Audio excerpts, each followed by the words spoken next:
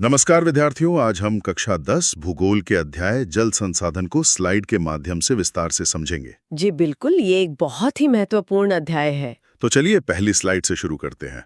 खंड 1, जल संसाधन, एक परिचय। हाँ, तो इस स्लाइड का पहला बिंदु ही एक बहुत बड़ी तस्वीर दिखाता है कि पृथ्वी का 3/4 हिस्सा 75% पानी से ढका हुआ है। बिल्कुल, ये सुनकर तो लगता है कि पानी की कोई कमी हो ही नहीं सकती। चारों तरफ पानी ही पानी है। हाँ, लेकिन यहीं पर दूसरा बिंदु आता है जो असलियत बताता है कि ये सारे पानी में से जो प्रयोग करने लायक है, मतलब अलवणीय जल या फ्रेश वाटर, वो बहुत ही कम है। अच्छा, तो जो महासागरों का पानी है वो खारा होने की वजह से हमारे सीधे काम का नहीं है। बिल्कुल। अब तीसरा बिंदु ये बताता है कि ये जो मीठा पानी है, ये हमें मिलता कहाँ से है। इसके दो मुख्य स्रोत हैं। एक तो सतही अपवाह यानी सरफेस वाटर, जो नदियों और झीलों में हमें दिखता है। हाँ, और दूसरा है भौम जल, मतलब ग्राउंड वाटर, जो जमीन के नीचे है। और ये पानी लगातार बनता रहता है ना। चौथे बिंदु में जलीय चक्र या वाटर साइकिल की बात की गई है। सही, जैसा कि हम चित्र में भी देख सकते हैं, समुद्र का पानी भाप बनकर ऊपर जाता है, फिर बादल बनते हैं और बारिश के रूप में जमीन पर वापस आ जाता है। और फिर नदियों के रास्ते वापस समुद्र में, ये चक्र चलता रहता है। जी, और इसीलिए आखिरी बिंदु कहता है कि जल एक नवीकरणीय योग्य संसाधन है। ये खुद ब खुद रिचार्ज होता रहता है। तो अगर परीक्षा के नजरिए से देखें तो ये पॉइंट बहुत जरूरी है कि जलीय चक्र के कारण ही जल एक नवीकरणीय संसाधन है। हाँ, ये सवाल अक्सर पूछा जाता है। चलिए अब अगली स्लाइड पर चलते हैं। स्लाइड 2, जल दुर्लभता यानी वाटर स्केर्सिटी। अब यहाँ एक विरोधाभास सामने आता है। पहले बिंदु में यही लिखा है कि जब जल इतना विशाल भंडार है, नवीकरणीय भी है, तो फिर इसकी कमी क्यों महसूस हो रही है? सही बात है। और दूसरा बिंदु कहता है कि पानी की उपलब्धता हर जगह और हर समय एक जैसी नहीं होती। बिल्कुल, जैसे राजस्थान में बारिश कम होती है तो वहां पानी की कमी होना स्वाभाविक लगता है। लेकिन तीसरा बिंदु इसके असली कारणों पर रोशनी डालता है। अत्यधिक प्रयोग, अत्यधिक दोहन और समाज में असमान वितरण। हाँ, मतलब हम जरूरत से ज्यादा पानी इस्तेमाल कर रहे हैं और जमीन से निकाल रहे हैं। चौथा बिंदु तो और भी चौंकाने वाला है कि पानी की कमी सिर्फ राजस्थान जैसे सूखे इलाकों में नहीं है, बल्कि जहां ज्यादा बारिश होती है वहां भी है। और इसका कारण है अत्यधिक मांग और प्रदूषण। और स्लाइड में एक भविष्यवाणी भी है जो काफी चिंताजनक है। हाँ, कि 2025 तक लगभग 20 करोड़ लोग पानी की भारी कमी झेलेंगे। जी, तो यहाँ परीक्षा के लिए जो सबसे जरूरी बात है वो ये है कि पानी की कमी सिर्फ सूखे की वजह से नहीं, बल्कि अत्यधिक दोहन की वजह से भी होती है। मतलब इसमें मानवीय गतिविधियां एक बहुत बड़ा कारण है। बिल्कुल। अब स्लाइड 3 पर आते हैं, जो इसी मानवीय गतिविधियों की बात करती है। जल संकट के कारण उद्योग और शहरीकरण। हाँ, तो स्वतंत्रता के बाद भारत में बहुत तेजी से औद्योगिकरण और शहरीकरण हुआ और इसने हमारे जल संसाधनों पर बहुत ज्यादा दबाव डाला। और इसमें बहुराष्ट्रीय कंपनियां मतलब MNCs का भी बड़ा रोल रहा है ना। बिल्कुल, उद्योगों में पानी का बहुत ज्यादा इस्तेमाल होता है और सिर्फ इस्तेमाल ही नहीं, उद्योगों को चलाने के लिए ऊर्जा चाहिए। अच्छा, और ऊर्जा का एक बड़ा हिस्सा जल विद्युत यानी हाइड्रोइलेक्ट्रिक पावर से आता है। सही पकड़ा। और उसके लिए बांधों में बहुत सारा पानी रोकना पड़ता है। फिर चौथा पॉइंट बढ़ते शहरों की बात करता है। हाँ, शहरों में आबादी बढ़ी, लोगों की जीवन शैली बदली, तो पानी और बिजली दोनों की मांग बढ़ गई। और एक बहुत गंभीर समस्या जो 5वें बिंदु में बताई गई है वो है हाउसिंग सोसाइटियों की। शहरों में सोसाइटियां अपने पंप लगाकर जमीन से अंधाधुंध पानी खींच रही हैं, जिससे भौमजल का स्तर गिरता जा रहा है। जी, लेकिन इस स्लाइड का जो परीक्षा बिंदु है वो थोड़ा अलग है। वो कहता है कि इन सब के बावजूद पानी का सबसे बड़ा उपयोक्ता सिंचित कृषि ही है। अच्छा, मतलब उद्योग और शहर बहुत पानी इस्तेमाल करते हैं, पर खेती में उससे भी ज्यादा पानी लगता है। हाँ, कुल मिलाकर। चलिए अब अगली स्लाइड पर, स्लाइड 4, जल की खराब गुणवत्ता। ये एक अलग ही पहलू है। हाँ, इसे क्वालिटेटिव स्केर्सिटी कहते हैं। मतलब पानी तो है पर वो इतना खराब हो चुका है कि किसी काम का नहीं। जैसा कि पहला बिंदु कहता है कि कई इलाकों में पानी तो बहुत है पर पीने लायक नहीं है। और इसका कारण है प्रदूषण।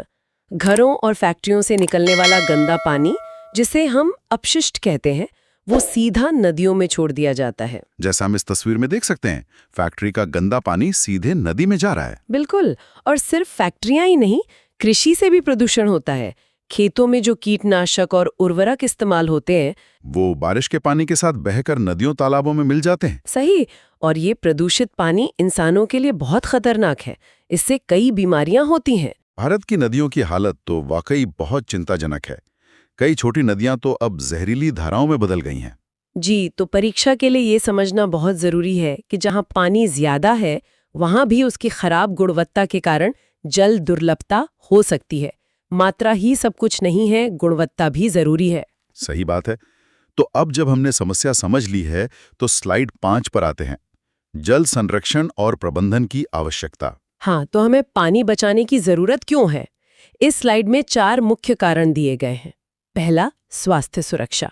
साफ पानी नहीं होगा तो बीमारियां फैलेंगी। बिल्कुल। दूसरा है खाद्य सुरक्षा। खेती के लिए, सिंचाई के लिए पानी चाहिए, तभी तो देश को अनाज मिलेगा। तीसरा है आजीविका।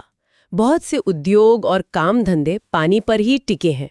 और चौथा है पारितंत्र सुरक्षा। यानी हमारे पर्यावरण और जलीय जीवन को बचाने के लिए। सही, क्योंकि अगर हमने जल संसाधनों का सही से प्रबंधन नहीं किया तो एक बहुत बड़ा पारिस्थितिकी संकट पैदा हो सकता है, जिसका असर हम सब पर पड़ेगा। तो निचोड़ यही है, और शायद यही परीक्षा बिंदु भी है, कि जल का संरक्षण हमारे जीवन और पर्यावरण दोनों के लिए अनिवार्य है। एकदम सही। तो सरकार इसके लिए क्या कर रही है? स्लाइड 6 हमें पहली पहल के बारे में बताती है, जल जीवन मिशन। जी, ये एक बहुत बड़ी योजना है। इसका मुख्य उद्देश्य ग्रामीण क्षेत्रों में लोगों के जीवन की गुणवत्ता को सुधारना है। और लक्ष्य है हर ग्रामीण परिवार को लंबे समय तक नियमित पानी की सप्लाई देना। हाँ, और ये होगा कैसे? हर घर में नल लगाकर, जिसे फंक्शनल हाउसहोल्ड टैप कनेक्शन या FHTC कहते हैं। हर घर नल से जल। और सरकार ने इसे सर्वोच्च प्राथमिकता दी है। जी, इसमें एक मानक भी तय किया गया है जो परीक्षा के लिए महत्वपूर्ण है। प्रति व्यक्ति प्रतिदिन 55 लीटर जल। अच्छा, 55 लीटर्स पर पर्सन पर डे, ये याद रखने वाला तथ्य है। बिल्कुल। अब दूसरी सरकारी पहल, स्लाइड 7, अटल भूजल योजना। इसका फोकस भूजल पर है। हाँ, ये योजना देश के उन इलाकों में है जहां भूजल का संकट सबसे ज्यादा है। 7 राज्यों की लगभग 8220 ग्राम पंचायतों में। नक्शे में ये राज्य दिखाई भी गए हैं: गुजरात, राजस्थान, हरियाणा, कर्नाटक, महाराष्ट्र, मध्य प्रदेश और उत्तर प्रदेश। जी। और इस योजना का मुख्य उद्देश्य सिर्फ पानी उपलब्ध कराना नहीं, बल्कि लोगों के व्यवहार में बदलाव लाना है। व्यवहार में बदलाव मतलब लोगों को पानी की बचत के लिए जागरूक करना। इसका दृष्टिकोण खपत से ज्यादा संरक्षण पर जोर देना है। ये तो बहुत अच्छा दृष्टिकोण है। तो इस योजना का परीक्षा बिंदु क्या होगा? इसका परीक्षा बिंदु यही है कि यह योजना जल प्रबंधन को स्मार्ट और टिकाऊ बनाने पर केंद्रित है, मतलब लॉन्ग टर्म सॉल्यूशन पर। समझ गया। अब स्लाइड 8 हमें इतिहास में ले जाती है। प्राचीन भारत में जलीय कृतियां। हाँ, ये बताती है कि भारत में जल प्रबंधन कोई नई चीज नहीं है। पहली सदी ईसा पूर्व में इलाहाबाद के पास श्रृंगवेरपुरा में एक बहुत ही उन्नत जल संग्रहण तंत्र था। वाह! और चंद्रगुप्त मौर्य के समय में भी बड़े पैमाने पर बांध, झीलें और सिंचाई के सिस्टम बनाए गए। जी, इसके सबूत हमें कलिंग, नागार्जुनकोंडा और कोल्हापुर जैसी जगहों पर मिले हैं। और भोपाल झील का जिक्र भी है। 11वीं सदी में बनी, ये उस समय की सबसे बड़ी कृत्रिम झीलों में से एक थी। और 14वीं सदी में दिल्ली का हौज़े खास, जिसे इल्तुतमिश ने बनवाया था। तो परीक्षा के लिए श्रृंगवेरपुरा और भोपाल झील, ये 2 नाम ऐतिहासिक जल प्रबंधन के प्रमुख उदाहरण के तौर पर याद रखने चाहिए। बिल्कुल, ये हमारी उन्नत इंजीनियरिंग विरासत को दर्शाते हैं। अब प्राचीन काल से आते हैं आधुनिक काल में। स्लाइड 9, बहुउद्देशीय नदी परियोजनाएं यानी मॉडर्न डैम्स। हाँ, तो पहले तो बांध की परिभाषा। बांध एक खड़ी बाधा है जो बहते पानी को रोकती है, उसे दिशा देती है या उसका बहाव कम करती है। और ये पानी एक जलाशय या रिजर्वायर में इकट्ठा हो जाता है। जी, अब आज के जो बांध हैं वो सिर्फ सिंचाई के लिए नहीं है, वो एक साथ कई उद्देश्यों को पूरा करते हैं, इसीलिए उन्हें बहुउद्देश्य परियोजना कहते हैं। जैसे विद्युत उत्पादन, घरेलू जल आपूर्ति, बाढ़ नियंत्रण, मनोरंजन और यहाँ तक कि मत्स्य पालन भी। इसका कोई बड़ा उदाहरण? सतलुज ब्यास बेसिन पर बना भाखड़ा नांगल बांध इसका एक बहुत बड़ा उदाहरण है। और परीक्षा बिंदु के तौर पर हीराकुंड परियोजना का जिक्र है, जो महानदी बेसिन पर है। ये जल संरक्षण और बाढ़ नियंत्रण दोनों काम एक साथ करती है। एकदम सही। अगली स्लाइड, स्लाइड 10, इसी से जुड़ी है। आधुनिक भारत के मंदिर। हाँ, ये एक बहुत प्रसिद्ध कथन है। भारत के पहले प्रधानमंत्री जवाहरलाल नेहरू ने बांधों को आधुनिक भारत के मंदिर कहा था। उन्होंने ऐसा क्यों कहा? उनका मानना था कि ये परियोजनाएं कृषि और ग्रामीण अर्थव्यवस्था को एक साथ जोड़ देंगी। इनसे सिंचाई के लिए पानी मिलेगा और उद्योगों के लिए बिजली। तो गांव और शहर दोनों का विकास होगा। बिल्कुल, उन्हें लगता था कि यही तेज औद्योगिकरण और शहरी विकास का रास्ता है, और आजादी के बाद इसी एकीकृत दृष्टिकोण को अपनाया गया। तो परीक्षा में ये पूछा जा सकता है कि ये कथन किसका था और इसके पीछे की सोच क्या थी? जी, ये बहुत महत्वपूर्ण है। लेकिन जैसा कहते हैं, हर सिक्के के दो पहलू होते हैं।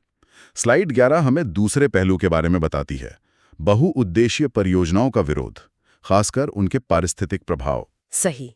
बांधों के फायदे हैं तो नुकसान भी हैं। सबसे पहला तो ये कि नदियों का जो प्राकृतिक बहाव है वो रुक जाता है। और इससे नदी अपने साथ जो तलछट यानी सेडिमेंट बहा कर लाती है वो भी रुक जाती है। हाँ, और वो सारी तलछट जलाशय की तली में जमा हो जाती है। इससे नदी का तल पथरीला हो जाता है और जलीय जीवों का जीवन मुश्किल हो जाता है। उनका घर और भोजन दोनों प्रभावित होते हैं। बिल्कुल।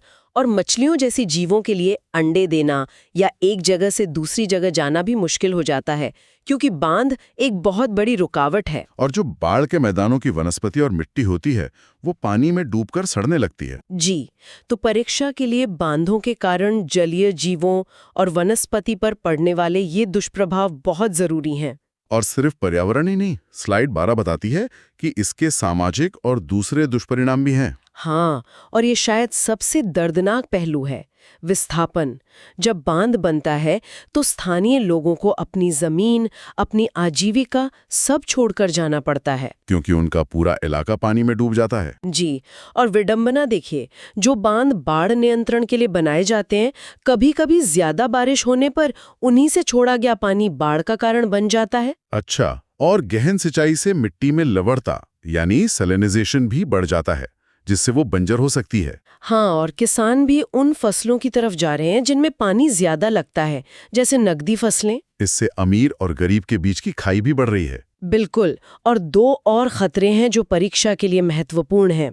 बांधों से भूकंप की संभावना बढ़ती है और जल जनित बीमारियां भी फैलती हैं। रुके हुए पानी में मच्छरों के पनपने से। जी। अब स्लाइड 13 एक और बड़ी समस्या की बात करती है, हाँ। अंतर्राज्यीय जल विवाद। हाँ, जब एक ही नदी कई राज्यों से होकर बहती है तो उसके पानी के बंटवारे को लेकर झगड़े होते हैं। इसका एक प्रमुख उदाहरण है कृष्णा गोदावरी जल विवाद। जी, इस पर कर्नाटक और आंध्र प्रदेश की सरकारों ने आपत्ति जताई थी। क्यों, क्या हुआ था? इसका कारण था महाराष्ट्र सरकार द्वारा कोयना नदी पर बांध बनाकर पानी का रुख मोड़ना। कोयना नदी कृष्णा की सहायक नदी है। अच्छा, तो ऊपर वाले राज्य ने पानी मोड़ लिया। हाँ, तो निचले हिस्से वाले राज्यों यानी कर्नाटक और आंध्र प्रदेश में पानी का बहाव कम हो गया, जिससे उनके यहाँ संकट पैदा हो गया। तो परीक्षा बिंदु सीधा है, कोयना परियोजना कृष्णा गोदावरी विवाद की जड़ थी। बिल्कुल। अब एक केस स्टडी पर आते हैं। जी। स्लाइड 14, सरदार सरोवर बांध। जी, ये भारत की सबसे बड़ी जल संसाधन परियोजनाओं में से एक है। यह गुजरात में नर्मदा नदी पर बना है। और इससे 4 राज्यों को फायदा होता है, महाराष्ट्र, मध्य प्रदेश, गुजरात और राजस्थान। गुजरात के 15 जिलों के 3000 से ज्यादा गांवों को सिंचाई का पानी मिलता है। और राजस्थान के रेगिस्तानी जिलों जैसे बाड़मेर और जालौर तक भी पानी पहुंचा है। जी, और यही इसका रणनीतिक महत्व है जो परीक्षा में पूछा जा सकता है कि इस परियोजना से राजनीतिक रूप से महत्वपूर्ण रेगिस्तानी जिलों को लाभ पहुंचा है। समझ गया। और अब आखिरी सरकारी योजना, स्लाइड 15, प्रधानमंत्री कृषि सिंचाई योजना। हाँ, इसका लक्ष्य बहुत स्पष्ट है, हर खेत को पानी, मतलब सिंचाई का क्षेत्र बढ़ाना। और इसका एक नारा भी है, पर ड्रॉप मोर क्रॉप। बिल्कुल, इसका मतलब है पानी के उपयोग की दक्षता बढ़ाना, यानी कम पानी में ज्यादा फसल उगाना। ड्रिप इरिगेशन जैसी तकनीकों का इस्तेमाल करके। सही।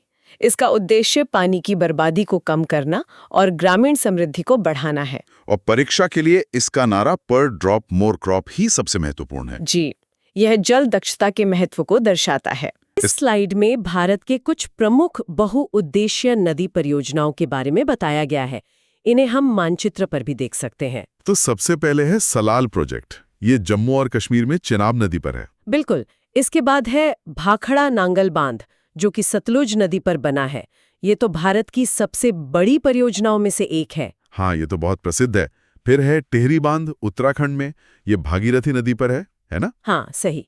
और फिर नरौरा और राणा प्रताप सागर, ये दोनों चंबल नदी पर हैं। अच्छा, नरौरा तो उत्तर प्रदेश में एक परमाणु ऊर्जा संयंत्र भी है। सही कहा। और राणा प्रताप सागर राजस्थान में है। फिर आता है सरदार सरोवर बांध, ये गुजरात में नर्मदा नदी पर बनाया गया है। और पूर्व में ओडिशा में महानदी पर है हीराकुंड बांध। और अगर हम दक्षिण भारत की बात करें तो दक्षिण में नागार्जुन सागर बांध कृष्णा नदी पर, और तुंगभद्र बांध, जैसा नाम से ही जाहिर है, तुंगभद्र नदी पर। एक बहुत जरूरी बात यहाँ पर बताई गई है कि मानचित्र कार्य के लिए इन बांधों का स्थान बहुत महत्वपूर्ण है। हाँ, ये परीक्षा में अक्सर पूछा जाता है। भारत के नक्शे पर इन सभी बांधों और उनसे जुड़ी नदियों की लोकेशन को पहचानने का अभ्यास करना बहुत जरूरी है। बिल्कुल। चलिए अगली साइड पर चलते हैं। इसका विषय है बाढ़, सुरक्षा उपाय। बाढ़ एक प्राकृतिक आपदा है और इससे बचने के लिए कुछ सावधानियां बरतनी बहुत जरूरी है। जैसे कि सबसे पहला उपाय है रेडियो या टीवी पर मौसम की चेतावनी सुनना। हाँ, इससे हमें आने वाले खतरे का पहले से पता चल जाता है और हम तैयारी कर सकते हैं। और तैयारी में प्राथमिक चिकित्सा किट मतलब फर्स्ट एड किट और जरूरी दवाइयां तैयार रखना शामिल है। बिल्कुल, बाढ़ के समय चोट लगने या बीमार होने का खतरा बढ़ जाता है। और पानी का क्या? पीने के पानी को उबाल कर पीना चाहिए, है ना? हाँ, ये बहुत जरूरी है। बाढ़ का पानी दूषित हो सकता है, जिससे हैजा और डायरिया जैसी बीमारियां फैल सकती हैं। पानी उबालने से कीटाणु मर जाते हैं। और एक बहुत बड़ी गलती जो लोग करते हैं, बिजली के खंभों और गिरे हुए तारों के पास जाना। हाँ, ये जानलेवा हो सकता है। पानी में करंट फैलने का खतरा होता है। और सांपों के काटने से भी सावधान रहना चाहिए। सही है। बाढ़ के पानी के साथ सांप और दूसरे जहरीले जीव घरों में घुस सकते हैं। और आखिरी उपाय है कि घर के आसपास नालियों को साफ रखें ताकि पानी आसानी से निकल सके। हाँ, जल जमाव न हो ये सुनिश्चित करना जरूरी है। तो अब हम अपने मुख्य विषय पर आते हैं। स्लाइड का शीर्षक है वर्षा जल संग्रहण, एक परिचय। जैसा कि चित्र में भी दिख रहा है, ये एक चक्र है। वर्षा होती है, उस पानी को संग्रह किया जाता है, फिर उसका भंडारण होता है और आखिर में उसका उपयोग। पहला बिंदु कहता है कि बहुउद्देशीय परियोजनाओं के विरोध के कारण ये एक बेहतर विकल्प है। हाँ, क्योंकि बड़े बांधों से पर्यावरण और सामाजिक समस्याएं होती हैं, इसलिए वर्षा जल संग्रहण एक अच्छा और सरल उपाय है। और ये सामाजिक, आर्थिक और पर्यावरणीय रूप से व्यावहारिक भी है। बिल्कुल, मतलब इसे अपनाना समाज के लिए, हमारी अर्थव्यवस्था के लिए और पर्यावरण के लिए तीनों ही नजरिए से फायदेमंद है। और ये कोई नई तकनीक नहीं है ना? नहीं, बिल्कुल नहीं। प्राचीन भारत में जल संग्रहण की एक बहुत उत्कृष्ट परंपरा थी। हमारे पूर्वज पानी का महत्व समझते थे। उन्हें वर्षा और मिट्टी के प्रकारों का भी गहरा ज्ञान था। हाँ, वे जानते थे कि किस इलाके में कितनी बारिश होती है और वहाँ की मिट्टी कैसी है, और उसी के हिसाब से वे पानी जमा करने के तरीके अपनाते थे। तो इसी ज्ञान के आधार पर स्थानीय पारिस्थितिकी के अनुसार जल संरक्षण विधियां विकसित की गईं। एकदम सही। और परीक्षा के लिए ये याद रखना जरूरी है कि इसे बांधों के विकल्प के रूप में देखा जाता है। ठीक है, अब अगली स्लाइड में हम देखेंगे कि अलग अलग भौगोलिक क्षेत्रों में पानी इकट्ठा करने के कौन से तरीके अपनाए जाते थे। हाँ, तो पहाड़ी क्षेत्रों में, खासकर पश्चिमी हिमालय में, कृषि के लिए गुल या कुल जैसी वाहिकाएं बनाई जाती थीं। गुल या कुल, ये क्या होती थी? ये छोटी छोटी नालियां होती थीं जो नदी या झरने के पानी का रुख मोड़कर खेतों तक ले जाती थीं। अच्छा, और बंगाल के बाढ़ के मैदानों में? वहां खेतों की सिंचाई के लिए बाढ़ जल वाहिकाएं या इनुंडेशन चैनल्स बनाए जाते थे। ये बाढ़ के पानी को खेतों तक पहुंचाने का काम करते थे। और राजस्थान जैसे शुष्क प्रदेशों में? वहां छत वर्षा जल संग्रहण की विधि बहुत प्रचलित थी, खासकर पीने का पानी जमा करने के लिए। यहाँ परीक्षा के लिए एक बिंदु है। गुल और कुल शब्द पश्चिमी हिमालय से संबंधित हैं। हाँ, ये सीधे तौर पर प्रश्न में पूछा जा सकता है।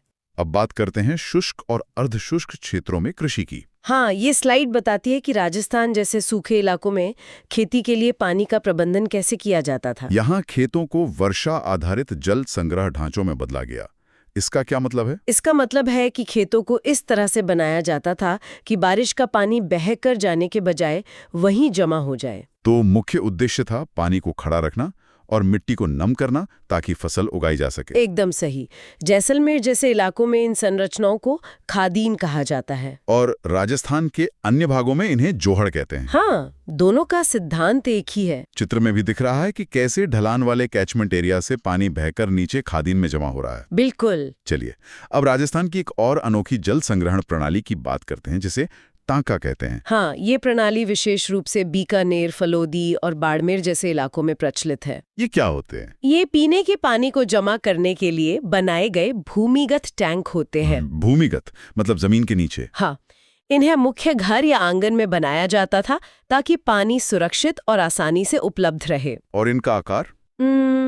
इनका आकार काफी बड़ा हो सकता है, कभी-कभी एक बड़े कमरे जितना बड़ा। एक उदाहरण भी दिया गया है फलोदी का, जहां एक टांका 6.1 मीटर गहरा था। हाँ, 4.27 मीटर लंबा और 2.44 मीटर चौड़ा।